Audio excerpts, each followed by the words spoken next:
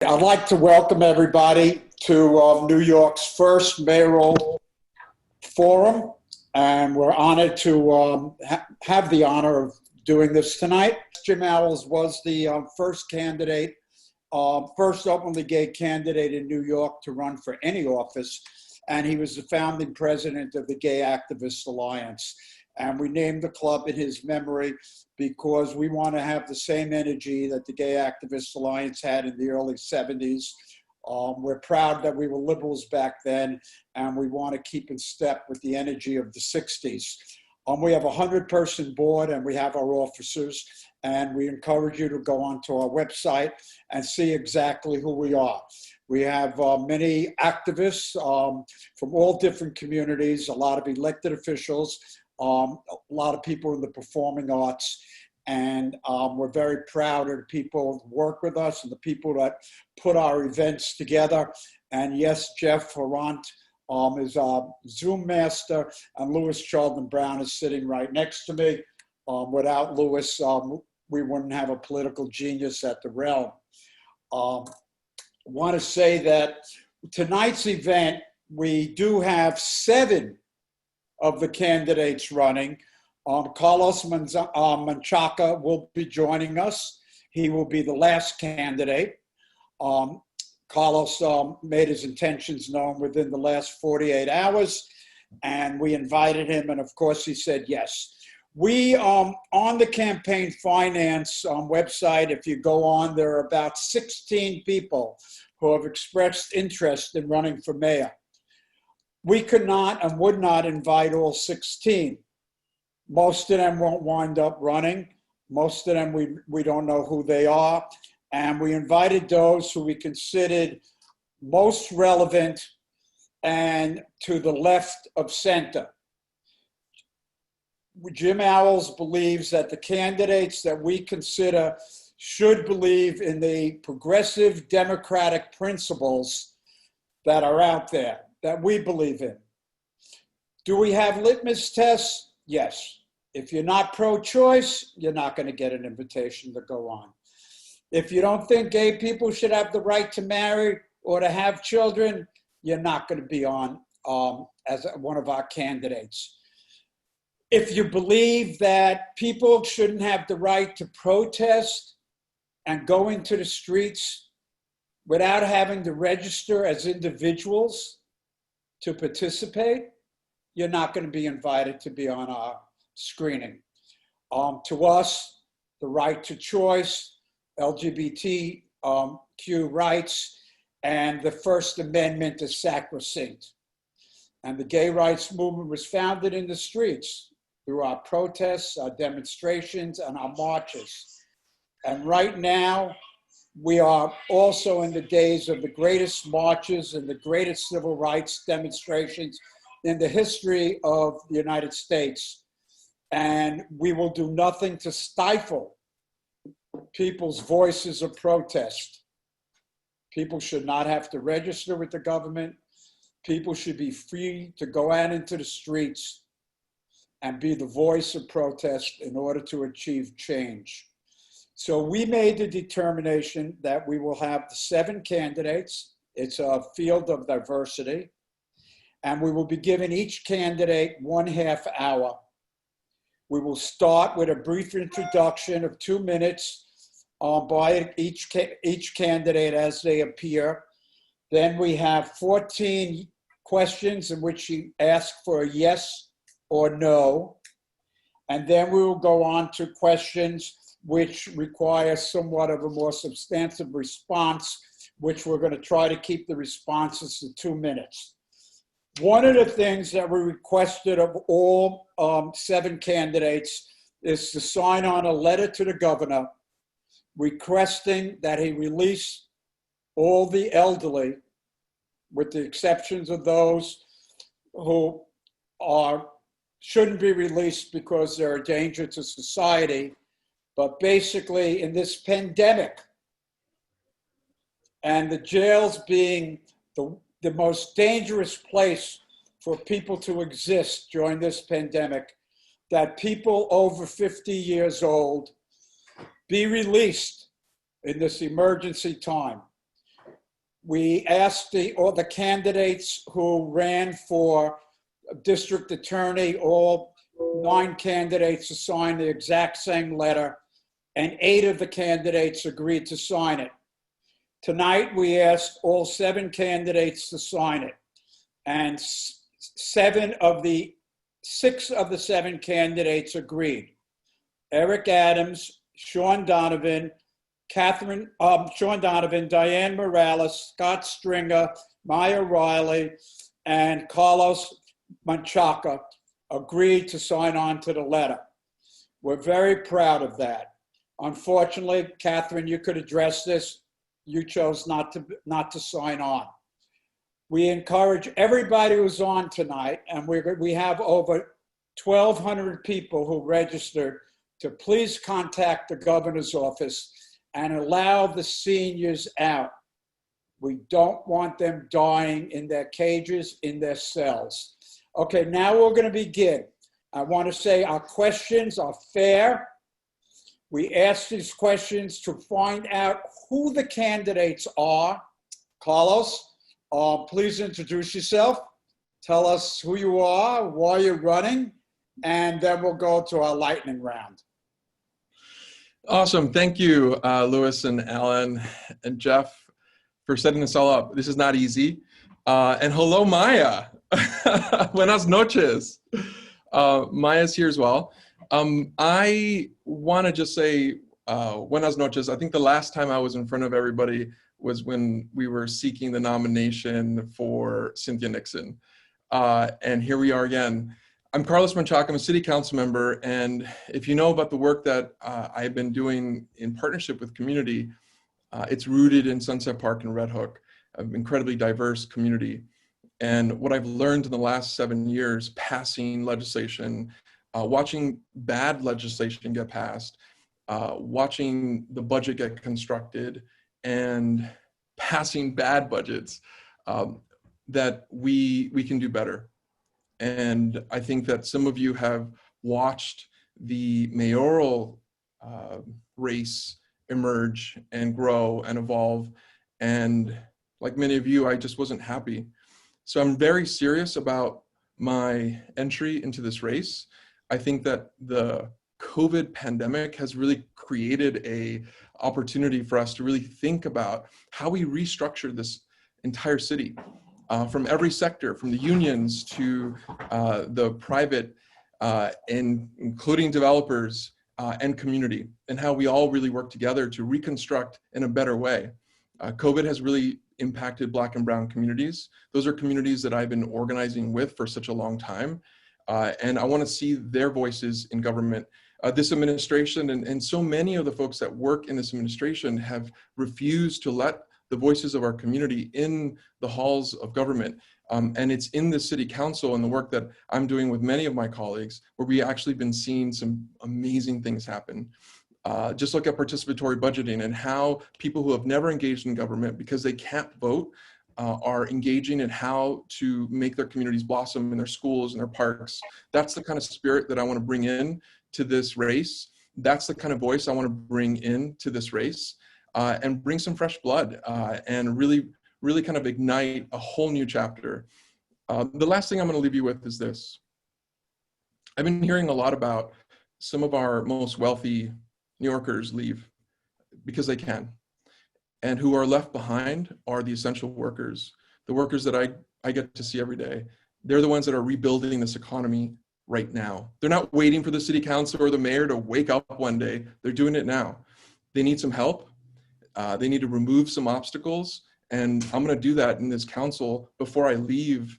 And so I hope that Jim Al's and everyone else actually engages now so we can get some stuff done before we elect the next mayor, because that's what we're here to do. So thank you, Alan. Okay, thank you, Carlos. Here you have some questions for me. Okay, Maya, we're going to do you right after Carlos. I confused the time. Thank you. Okay, Carlos, going to lightning round. Will you not seek, and if offered, refuse the endorsement of Bill de Blasio? I will not seek the endorsement of Bill de Blasio. Okay, thank you. Would you fire Police Yeah. Commissioner Dermot Shea? Yes. Should the NYPD Vice Squad be eliminated? Amen. Yes. Should the Now. Before the next mayor. Now. Should the NYPD Commissioner require confirmation by the City Council? Yes. Okay. Now. We don't have to wait for that. In the council process of picking a new speaker. Sorry, repeat that question. I was talking in the middle of your Would you question. interfere in the council process of picking a new speaker if you were mayor? Being a council member, I know this is a yes or no question, so I'll say no. I will not interfere. Are you in favor of removing the statue of Christopher Columbus from Columbus Circle? Yes. Will you favor renaming the 59th Street Bridge due to Ed Koch's purposeful disregard of the AIDS crisis, which caused the death of untold thousands, and his blatant racism? Yes. And we can offer an opportunity for a person of color, someone in the BIPOC community in New York that can, that's a process that I think the council would be a great place to engage. Or perhaps somebody who died of AIDS to replace the Ed Koch name. There's so many. Against the opening of casinos in New York owned and controlled by Trump megadonor Sheldon Adelson? Yes. Okay. Yes. Do you believe in the decriminalization of sex work? Absolutely. And I've been fighting on that for a long time. Yes. Do you oppose the Nordic model? Yes. Okay. Do you oppose the de Blasio-Cuomo proposal and giveaways for bringing Amazon headquarters to Long Island City? Absolutely. And that's something that I'm on record for, yes. Okay. Do you support legislation to prohibit discrimination against formerly incarcerated people in housing? Yes. Okay. Are you in favor of making it mandatory that apartment buildings must allow people the right to have dogs and cats? Okay, so I'm hearing this question as, can we allow dogs and cats to be part of living? There are buildings that prohibit people from having a dog or a cat. Do you think that Yes. prohibition should be done away with? Amen. Absolutely. I just got a pup myself, Lola. Will your administration affirmatively seek to hire formerly incarcerated individuals in positions throughout the city administration? Amen. Yes. And then there's a lot of people on the ground doing that work, so I'm ready to engage them as well. Okay. 1 second.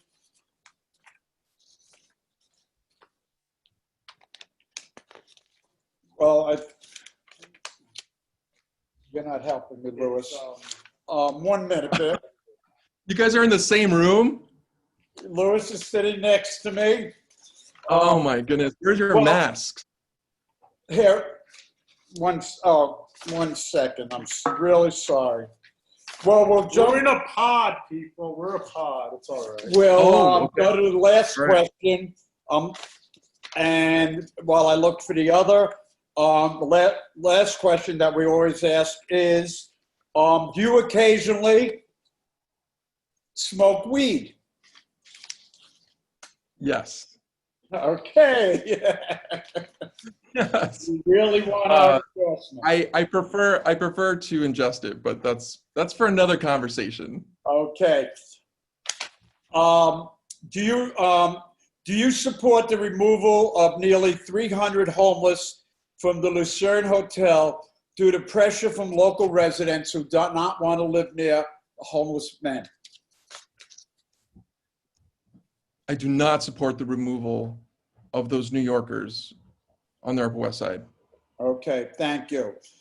Will you refuse contributions from the real estate industry? Yes. Okay. Will you refuse contributions from all law enforcement unions or associations? Yes. Though I doubt they're going to give me any money, but absolutely. Okay. Okay, now we're going to go to general questions, which we've asked all the candidates. How would you achieve making the City University of New York free? Do you believe it should be free? And if so, how would you achieve that? Okay, so any budget question is going to be important to tackle like this. One, when you go back to CUNY, when you go back to alumni, when you go back to students right now, there's a massive movement and they have incredible ideas about how to do this. This is about prioritizing our city budget. It's about prioritizing our state budget. I think this has to be a double strategy to ensure that we get there. And we're going to have to make decisions about what else needs to be cut. This is why the defund movement was so important for us, because it actually allowed us to have a bigger understanding about where we are actually funding communities, and we're over-policed in our city. And so for me, I think the CUNY question is about prioritizing our budget today.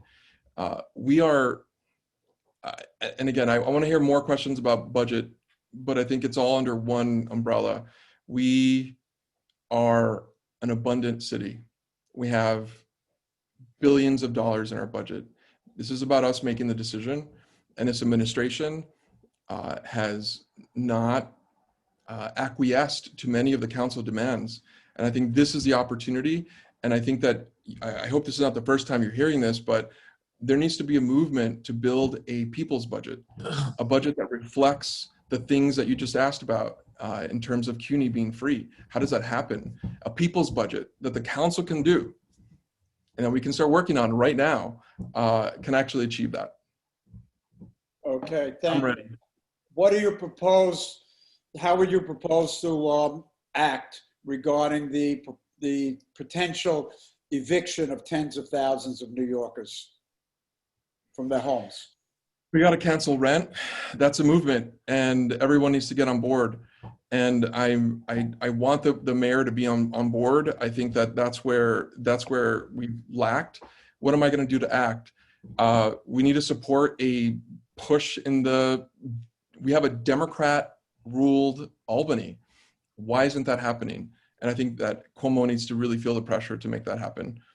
And I think that just listening to the stories about what's happening in my district, we get so many cases where folks are in the middle of, and many of them are immigrants, in the middle of evictions, illegal evictions, and the council's done so much to protect them through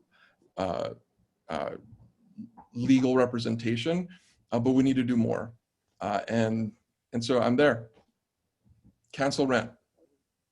Okay, what have you done as a council member to help integrate New York City's school system? You know about the controversy on the Upper West Side, where Helen Rosenthal led the fight to integrate. Yes. What role have you played? So I'll take you back to Sunset Park. Sunset Park, District 15 encompasses Park Slope and Sunset Park. We've had a lot of discussions on the ground, and the organizing that we've been doing, I don't think has gotten us there. I think we got a great start with removing the screens that were such a big issue for middle school students, but I think that's not enough. I think that we need to do a massive rethinking about how our schools are segregated, but I think we got to call the problem what it is. And I think the nice white parents, if I sat down and listened to that, I think really shows exactly what needs to happen. It's not rocket science. I think we can have the courage to do it. It's going to take a mayor administration, a new chancellor, and a city council that's ready to start pumping in resources where we need to. And a lot of the stuff that came out of Sunset Park, and I want to share this with you because I think this is important. There was a real clash of understanding about what diversity was from the very beginning. The Park Slopers were thinking about diversity in one way, and Sunset Park was thinking about diversity in another way. Sunset Park was talking about resources. We are an incredibly overcrowded school population. And when you think about changing the demographics, what Sunset Park wants, as important as the demographics, are resources. And as we're learning from all the study, is that when you pump in the right kind of resources, things begin to change. And the flight of a certain kind of student stops happening. And I think that's where we need to put a lot more resources into our schools. Okay. You were one of the handful of council members who voted to defund the police. What is your definition of defund? And how do you think we could wrestle that money out of the budget for the police department and put it into needed services? If you were mayor, what would you do? Well, one, if I was mayor, I'd be a lot more honest with the city council about what's happening within the budget itself. There's so many dark spaces in this budget that, to be honest, everybody tried to get. Our finance team, even the speaker, I give him a lot of credit for trying to get the information. So there's a lot more information, one. Two is that we need to be honest about things like the vice squad and other things that don't need to be there. And I know that there's a lot of union pitfalls and hurdles, but they're not unsurmountable. We can actually get around some of these things if we have the courage. That there's none at the mayor's office. I think two, we need to be honest about where we're going to put that money. So defund doesn't just mean about defunding NYPD, reducing the funding. It's about reinvestment. And the first group of people that came out with such clear and beautiful voices were the young people. They're the ones that reached out to us. They said, we cannot accept a budget that actually potentially increases NYPD while slashing SYEP. And they understood that to the value that they understood a budget that went to support their summer programs, their summer jobs. And once you start looking at that, you start looking at where we need to put more funding. And the first thing we need to do is get more information. We need to have the courage to actually remove funding. We're going to have to fire people. And that's not an easy question and thing to grapple with, but that's real, and reinvest it back into our communities. So Okay. defund is about reinvestment. What would you do about save small businesses in light of the pandemic? We've lost so many small business right now. It's decimated all our avenues in our communities. Where I'm seeing a lot of energy right now, and this is through my work as the chair of the immigration committee, is really where the energy are with immigrant businesses. Immigrant businesses have a lot of hurdles, and we need to figure out how we can support them. When I talked about some of the wealthy members of our, and not all of them, but I'm saying some of them have left, and who knows when they're going to come back. The people who are holding the city together are our small businesses.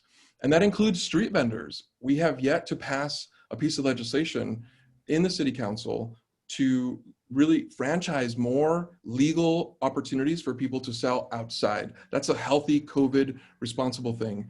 There are a lot of cooperatives that need more funding to be able to grow so we can have more immigrants. They're the backbone. New York City is an immigrant economy. And so I have a lot of ideas that I want to talk about throughout the next 8 months, and you'll hear from that. You'll hear about that. Okay, what is your plan to rescue or save the nightlife community?